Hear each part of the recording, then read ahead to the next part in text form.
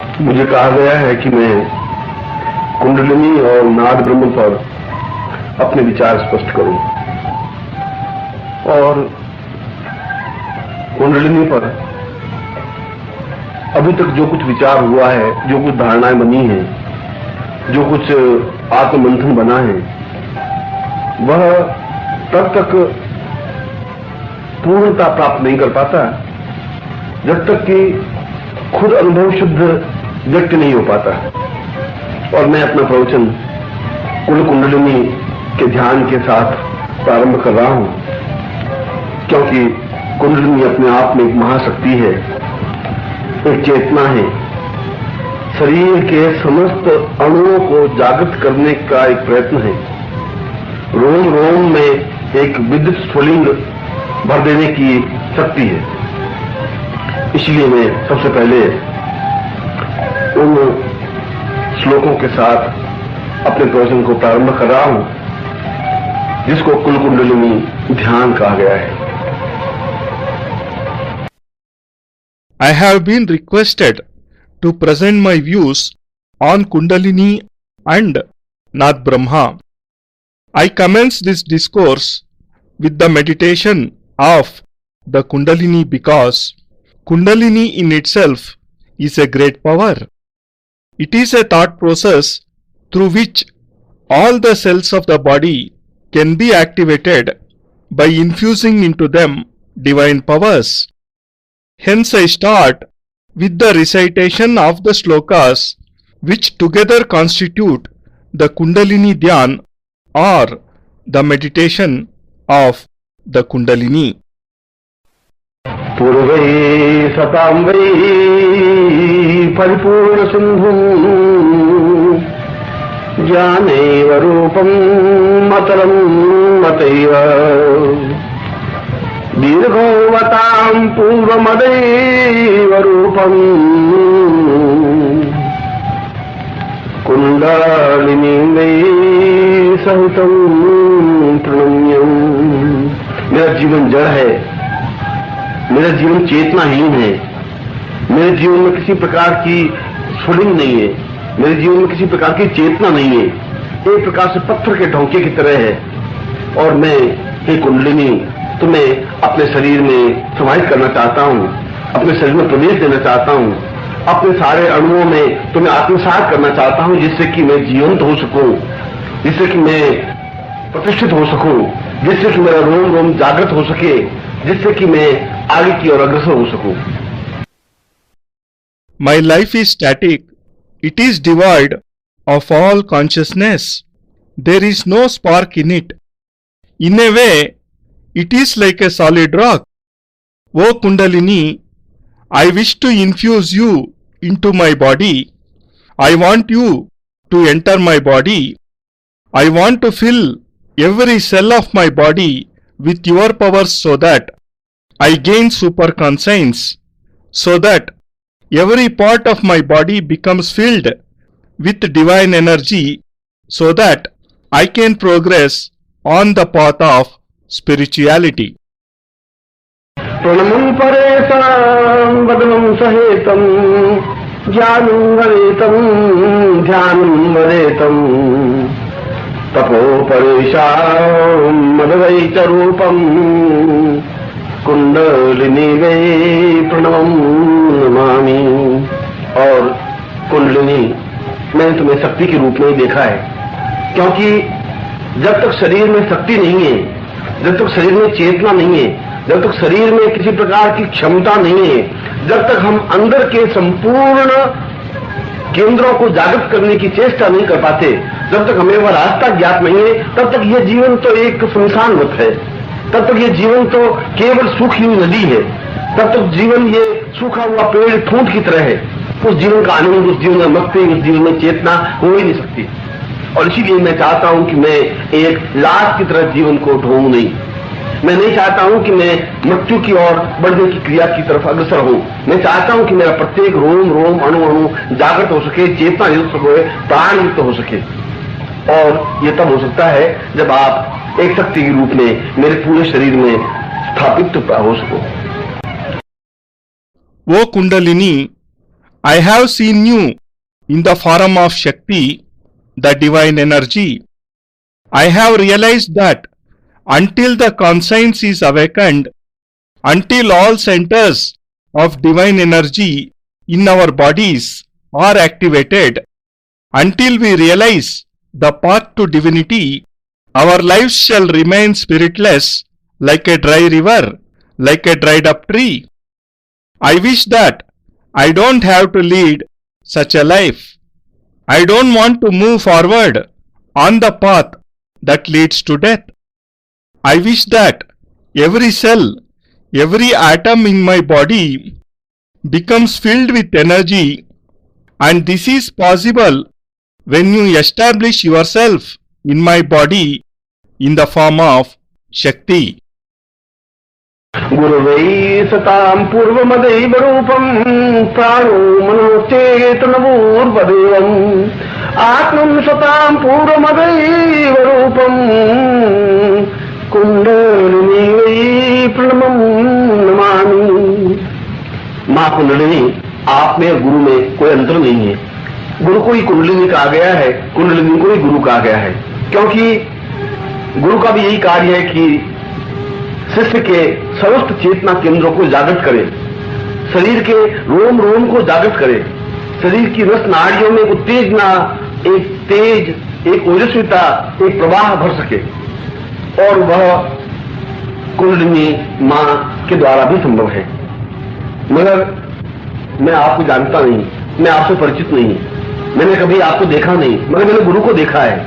मैं गुरु के चरणों में बैठा हूं, इसलिए मैं आपको प्राप्त करने से पूर्व गुरु के चरणों में प्रणाम करता हूं और उनसे मैं प्रार्थना करता हूं कि आपको पूर्ण शक्ति के रूप में मेरे शरीर में समाहित करें, जिससे कि मैं मनुष्य जीवन की पूर्णता को प्राप्त कर सकूं, अनुभव कर सकूं।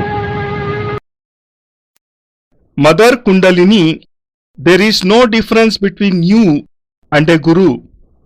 Guru has been called Kundalini and Kundalini has been called Guru. This is because it is the duty of a Guru to activate all the centers of conscience in the body and to fill the cells, the atoms, the nerves and the veins with an exciting fast flow. This is possible only through the realization of the Kundalini. But I don't know your real form. I am not acquainted with it and have never seen you. I have seen the Guru and have sat in his feet. Hence, before realizing your form, I bow down before the Guru and pray to him to infuse you in your full capacity into my body so that I can achieve the totality of human life and experience its divinity. दिव्यौषते पूर्वमदैव रूपं ज्ञानं च चेतं ततं सदैवम् आत्मोर्वतां पूर्वमदैव रूपं कुंडलिनी वै प्रणमं नमामि। आप ही एक ऐसी शक्ति है जो मुझे पशु जीवन से देवत्व जीवन की ओर अग्रसर कर सकती है। आप ही वह ऐसी शक्ति है जो मेरे अंदर के अंतर्मन को जागृत कर सकती है। केवल मात्र आप ही ऐसी शक्ति है जो मेरे प्राणों में चेतना पैदा कर सकती है। और सही रूप में कहूं तो केवल आप ही वह शक्ति है जो मुझे अमृत्यु की ओर अग्रसर कर सकती है, अमृतमय अग्रसर कर सकती है, मेरे अमृत कुंड को जागृत कर सकती है, मेरे सारे शरीर को चेतनायुक्त बना सकती है, मुझे ऊर्ध्वमुखी बना सकती है, मुझे जीवन में चेतना, प्राण, सचेतनता और श्रेष्ठता और पवित्रता और दिव्यता दे सकती है। इसलिए मैं आपको प्रणाम करता हूं। You are the only power who can lead me from an animal existence to the state of divinity of the gods. Only you have the power to awaken my inner conscience. Only you have the power to instill divinity into my soul. Only you can lead me to the path of immortality. Only you can activate the source of elixir, the Sahasrar, present in my body. I bow down before you, for you can instill super conscience into my body and can make me rise up in life. निर्वावतां वै सहितं सदैवं ज्ञानं च रूपं ब्रह्म स्वरूपं गुरुर्वै सतां कुण्डलिनी वै प्रणम्यं कुण्डलिनी वै प्रणमं नमामि। मैं अपने गुरु को पूर्ण श्रद्धायुक्त प्रणाम करके उन्हें अपने प्राणों में स्थापित करता हूँ। मैं प्रयत्न करता हूँ कि वे सहस्र दल कमल पर स्थापित हों।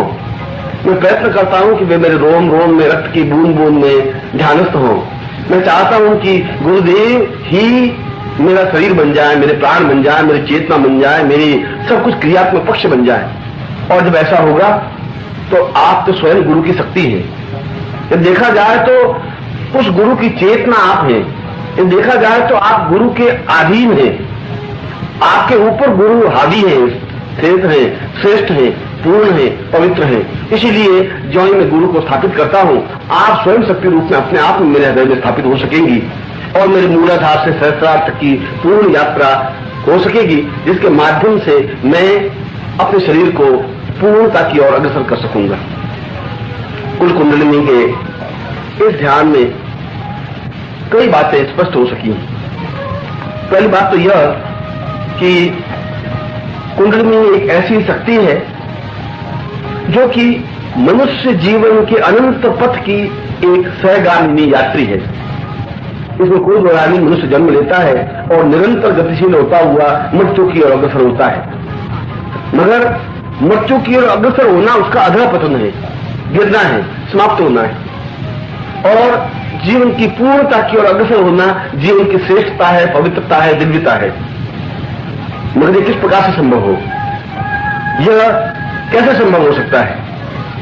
उसके लिए इस ध्यान में जहां कुंडलिनी शक्ति को अपने शरीर में समाहित होने के लिए प्रार्थना की गई है, वहां पर भी वह साधक यह भी स्पष्ट करता है कि आपकी शक्ति, इस कुंडलिनी शक्ति केवल गुरु के माध्यम से ही प्राप्त हो सकती है, क्योंकि गुरु ही शक्ति है, गुरु ही कुंडलिनी है। गुरु का ध्यान ही कुंडलिनी का ध्यान है, गुरु की धारणा ही कुंडलिनी का धारणा है। गुरु को स्थापित करना ही कुंडलिनी को स्थापन करना है।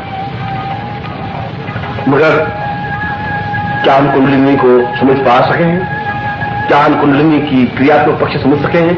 आज तक जो कुछ चेतना विवेचना की है, आज तक कुंडलिनी के बारे में जिन्होंने जो कुछ कहा है, मैं ऐसा सोचता हूं कि शायद उन्होंने अच्छी तरह से कुंडलिनी को समझा नहीं।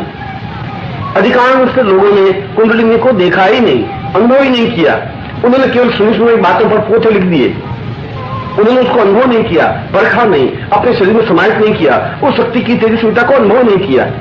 और इसलिए अनुभव नहीं किया कि कुंडलिनी शक्ति अपने आप में एक तीव्रतम शक्ति है, एक विस्फोट है। विस्फोट ऐसा कि मृत शरीर को पूर्णता की ओर उछाल देने की क्रिया, या उछाल देने की क्रिया सामान्य क्रिया नहीं होती, जब ठीक अणुबम की तरह होती है, जो एक क्षण में वह अणुबम फट करके प्रलय मचा देता है, तूफान ला देता है, अपने जीवन को एक चेतनायुक्त बना देता है। और यह शरीर एक हाड़ मांस का मिट्टी का लौंडा है।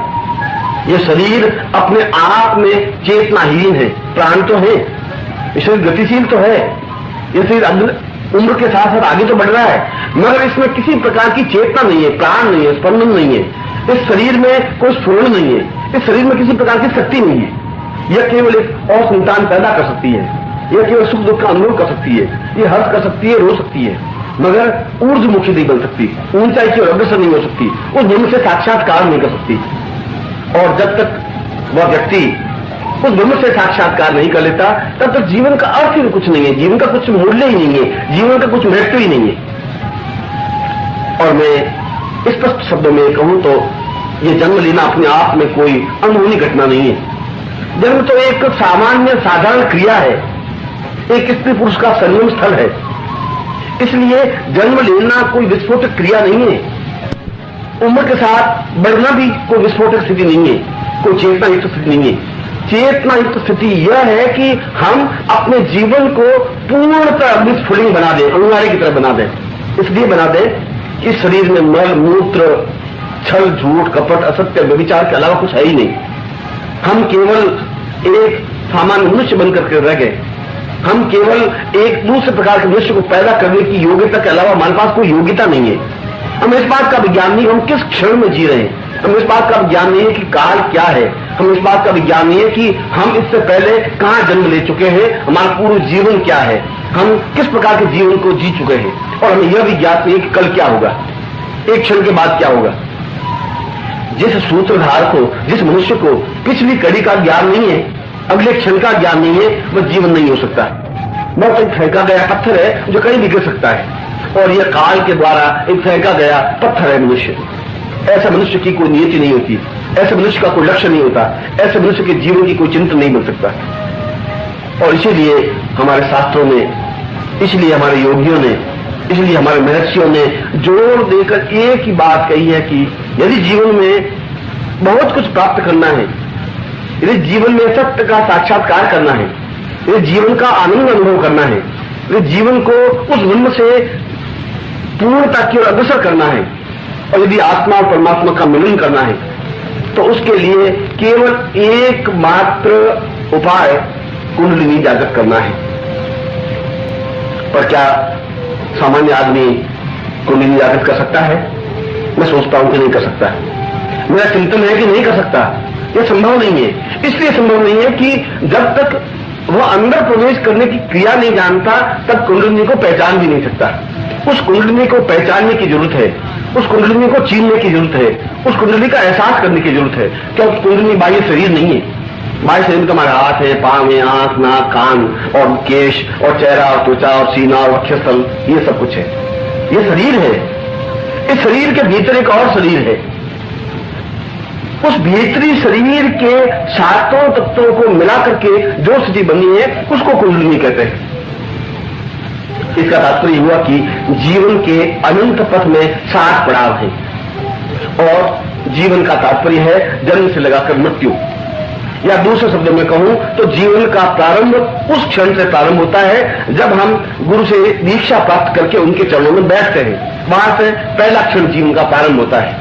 और जिस क्षण हम उस ब्रह्म में लीन हो जाने की क्रिया सीख लेते हैं, अखंड समाधि में हो जाते हैं, वह जीवन का अंतिम क्षण है। इसलिए उस मनुष्य की यात्रा जन्म से मृत्यु की तरफ की जीवन को यात्रा नहीं कहते हैं। वह जीवन की यात्रा तो एक मनुष्य की यात्रा है। वह जीवन की एक साधारण सी घटना की यात्रा है। जीवन की मूल यात्रा अंतस चेतना में, अंतर मन में प्रवेश करने की क्रिया है, अंदर उतरने की क्रिया है, अपने आप को पहचानने की क्रिया है।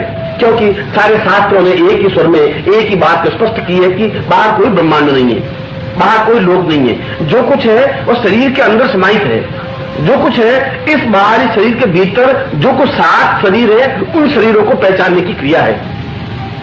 ये जीवन के 7 शरीर, ये जीवन के 7 द्वार है, और इनमें से प्रत्येक द्वार से गुजरना आवश्यक है। प्रत्येक द्वार से आगे बढ़ने की क्रिया है, प्रत्येक द्वार को पहचानने की क्रिया है। क्योंकि प्रत्येक द्वार का अपना एक महत्व है, प्रत्येक द्वार का अपना एक लक्ष्य है, प्रत्येक द्वार का अपना एक पहचान है। और जब तक हम उस पहचान को, उस लक्ष्य को, उस चिंतन को, उस विचार को पहचानेंगे नहीं, जानेंगे नहीं, तब तक उस जीवन के आनंद को प्राप्त भी नहीं कर सकेगी। और यदि हम जीवन के आनंद को प्राप्त नहीं कर सकते, तो उस कुंडलिनी के भी आनंद को नहीं ले सकते, उस ब्रह्म को साक्षात्कार भी नहीं कर सकते। और यदि सही रूप में कहा जाए तो जीवन की सर्वोच्चता अपने आप को ब्रह्ममय कर देने में है।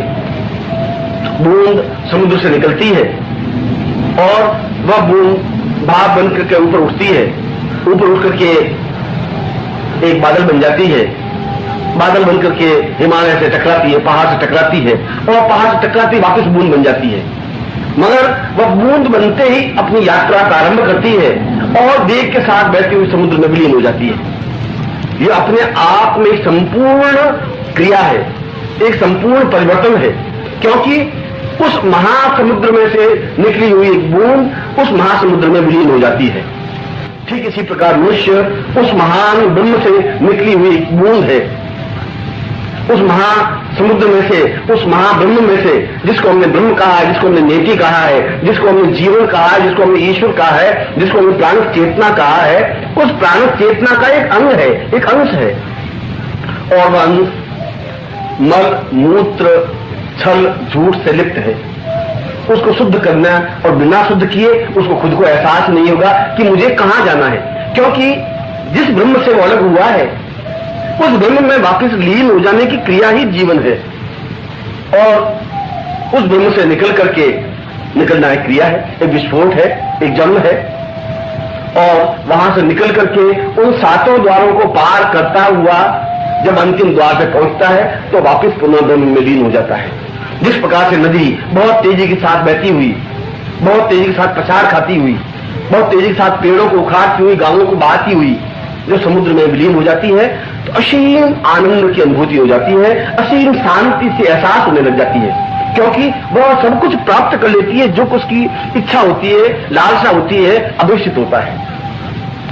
और मनुष्य भी इसीलिए परेशान और दुखी है, मनुष्य भी इसीलिए व्याकुल और व्यथित है, इसलिए कि ब्रह्म से निकला हुआ तो है, मगर उसको यह ज्ञान नहीं है कि मैं कहां से निकला हूं, उसको ये एहसास नहीं है कि मेरी जड़, मेरी चेतना कहां है, इसलिए आगे का रास्ता उसे स्पष्ट नहीं है, वो भटक रहा है, डामाडोल है। कभी वो पत्नी में सुख देखना चाहता है, कभी पिता में देखना चाहता है, कभी पुत्र में देखना चाहता है, कभी धन में सुख का अनुभूति करना चाहता है, कभी स्वास्थ्य में अनुभूति करना चाहता है, कभी भोग विलास में अनुभूति और सुख को देखने की परखने की कोशिश करता है, मगर ये सब तो छल है, ये सब तो व्यर्थ है, इसमें सुख मिल ही नहीं सकता, इसमें सुख है नहीं, इसमें आनंद नहीं है, इसमें तृप्ति नहीं है। और यह तृप्ति की यात्रा, यह आनंद की यात्रा कुंडली यात्रा कही जाती है, यह पूर्णता की यात्रा कुंडलिनी की यात्रा कही जाती है, यह श्रेष्ठता की यात्रा कुंडलिनी की यात्रा कही जाती है। इसलिए जिस स्त्री और पुरुष ने जन्म लिया है, जिस व्यक्ति ने एक प्राणिक चेतना प्राप्त की है, वह चाहे तो मलमूत्र से पैदा होकर के पुनः मलमूत्र में राख की ढेरी में समाप्त हो सकता है, वह एक रास्ता है, मगर उस रास्ते में केवल रुदन है, उस रास्ते में केवल दुख है, उस रास्ते में केवल विषाद है, उस रास्ते में केवल दैन्य है, उस रास्ते में केवल भय है, उस रास्ते में केवल पलायन है, उस रास्ते में आनंद नहीं है, और जहां आनंद नहीं है वहां ब्रह्म नहीं है, क्योंकि ब्रह्म और आनंद को एक कहा गया है, ब्रह्मानंदम परम सुखदम केवलम ज्ञान मूर्ति। अगर ज्ञान अनुभव करना है, अगर ज्ञान चेतना प्राप्त करनी है, यदि ज्ञान की पूर्णता प्राप्त करनी है, सही शब्दों में अगर मनुष्य बनना है, तो एक ही रास्ता है कि वह कुंडलिनी के उन सातों द्वारों से गुजरे, और इन सातों द्वारों से गुजरने की क्रिया में केवल एकमात्र गुरु ही साक्षीभूत हो सकता है, केवल एकमात्र गुरु ही सहायक हो सकता है। क्यों कि गुरु ने इस कुंडलिनी को जागृत किया है, क्योंकि गुरु उन सातों द्वारों से गुजरा है, क्योंकि गुरु स्वयं ब्रह्ममय बन सका है, इसलिए कि उसने कुंडलिनी के आनंद को अनुभव किया है, इसलिए कि कुंडलिनी के सातों द्वारों को पार करके उस ब्रह्म से साक्षात्कार कर सका है, क्योंकि उसने बैठते हुए झटते हुए उस अमृत के आनंद को अनुभव किया है, सका है, इसलिए गुरु को ब्रह्ममय कहा गया है, इसलिए जीवन में गुरु को पूर्ण कहा गया है। शिष्य अपने आप एक बूंद है, तो गुरु अपने आप में संपूर्ण समुद्र है, और इस बूंद से समुद्र तक की यात्रा को कुंडलिनी कहा गया है। इसका तात्पर्य यह हुआ कि जीवन में पूर्णता देवी देवताओं की साधना से संभव नहीं है, जीवन में पूर्णता किसी मंत्र जप से भी संभव नहीं है, जीवन की पूर्णता किसी प्रकार के समाधि अनुष्ठान से संभव नहीं है, क्योंकि जब तक तुम्हारा शरीर जड़ है, जब तक तुम्हारे शरीर में चेतना है ही नहीं, जब तक तुम्हारे शरीर में प्राण तत्व नहीं है, जब तक तुम्हारा अंदर का शरीर विकसित हुआ ही नहीं है, जब तक तुम्हारे अंदर के शरीर में विस्फोट ही नहीं हुआ है, तब तक तो अंदर जो कुछ कचरा है, जो कुछ गंदगी है, जो कुछ मैल है, जो कुछ छल है, वह समाप्त हुआ ही नहीं। और जब तक तुम समाप्त नहीं हुआ, तब तक अंदर देख करके उस शरीर को हम पहचान ही नहीं सकते।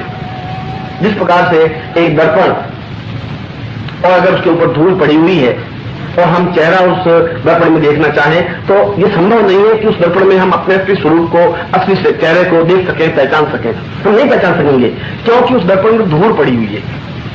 उस धूल को सबसे पहले पहुंचना जरूरी है। यह पहुंचने की क्रिया गुरु की शिष्यता है, गुरु की दीक्षा है, और जो ही पहुंचा जाता है उस व्यक्ति को अपना चेहरा दिखाई देने लगता है। मगर क्या वह जो कांच में, जो दर्पण में चेहरा दिखाई दे जाता है, वह स्वयं है? नहीं, वह उसका प्रतिबिंब है, वह उसकी परछाई है, वह स्वयं नहीं है।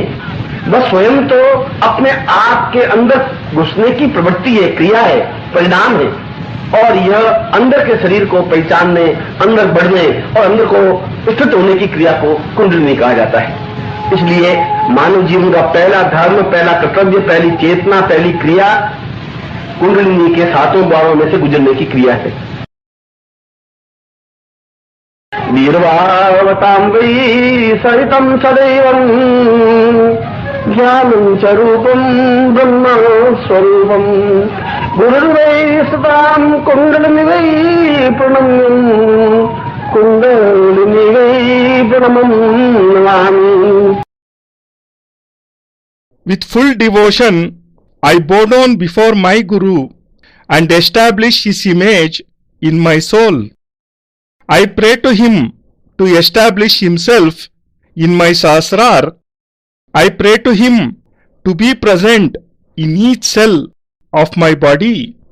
I wish that my whole body gets filled with the divinity of the Guru. I hope he becomes my soul, my conscience, and you Kundalini are but the divine powers of the Guru. You are the conscience of the Guru. You are under the full control of the Guru, and he is more sacred, divine, and total in himself than you. Hence, as soon as I establish the Guru in my body, you too shall be established in my heart. Thus the journey from Mooladhara to Sahasrar shall be initiated in my body, and through it I shall be able to achieve totality of mind, body and soul. Through the Kundalini Dhyan, it becomes clear that Kundalini is a divine power which is a constant companion of a human on the path to spiritual enlightenment. It is a fact that a human from its very birth is initiated onto the path leading to death. But the journey towards death denotes his downfall, his end. The greatness of life is achieving totality in it. How can this be achieved? In the Dhyan, on one hand, the sage prays to the Kundalini to enter his body. At the same time, it has been made quite clear that Kundalini can be awakened only with the help of a Guru, because Guru himself is this power. He is the Kundalini. Establishing the Guru in the body is the awakening of the Kundalini. Have we realized the true form of Kundalini? Have we understood how to awaken it? I feel that what all has been understood and spoken about Kundalini shows that it has not been properly understood. Most of the people have never seen the Kundalini. They have merely written books on the basis of what they have heard. They have not infused the Kundalini into their bodies. They have not experienced the force of its powers. This is because Kundalini Shakti is an explosion in itself, and it can raise the body and soul to unprecedented spiritual heights. This is not at all a simple process.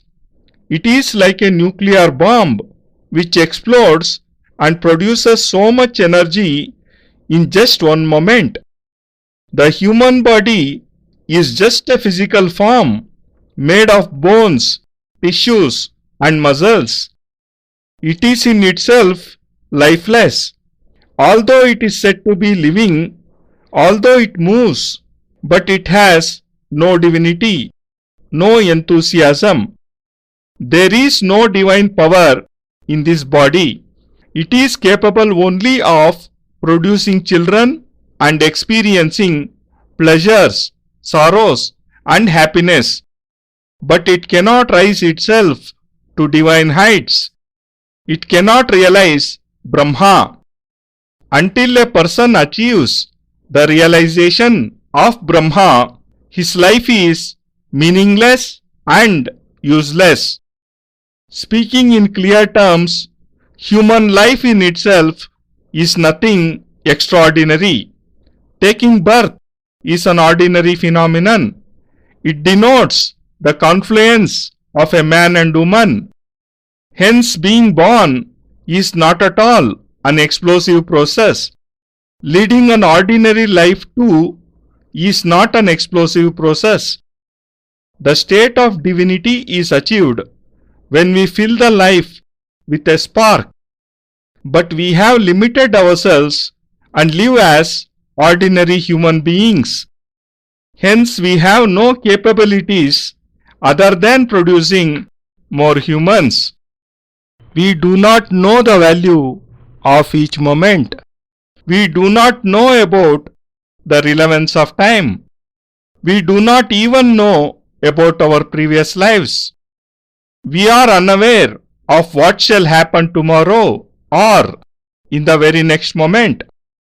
A person who does not know about his past and his future is not living, and in actual sense he is like a stone which has been thrown up and which can fall anywhere. And a human being is nothing but a stone which has been hurled onto this earth by time. Such a person has no aim, no clear thought in his life. This is why our scriptures, the ascetics, sages and yogis have said that if you want to achieve a lot in life, if you want to realize and experience truth, and if you want to fuse your soul with the Almighty, then the only way to it is the awakening of the Kundalini. And can an ordinary person awaken his Kundalini? I think that he cannot. It is not possible for an ordinary person because until he learns to enter into his own self, he cannot achieve the realization of the Kundalini. It is necessary to recognize the Kundalini and to feel it. Kundalini is not our outer physical body. Inside this body, there are 7 more bodies or forms, and these together constitute the Kundalini. Hence, it means that in spiritual life, there are 7 stages. True life means the journey from birth to death, but not in the literary sense. Birth denotes the initiation through Diksha by a Guru. At this moment, the life starts, and the moment in which we become lost in Bramha and enter into an eternal trance or samadhi is the last stage of this life. The real journey of life comprises of the process of entering the soul, the conscience, and realizing the true self. That is why the Shastras have said that outside there is no universe, no solar system. Everything is within the body itself. These 7 bodies in a human are like 7 doors to the path of divinity. It is necessary to pass through each door. There is a definite process to enter into and recognize each door because each door has its own significance, its own destination. And until we recognize the destination, we won't be able to achieve true joy of life. If we cannot achieve the joy of life, we cannot attain the joy of Kundalini.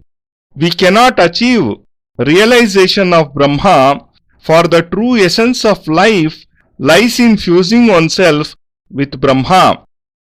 A drop from the ocean rises up in the form of vapor, forms a cloud, reaches the mountains, rains down in form of a drop, along with other drops forms a river, and flowing with sheer speed again merges into the ocean.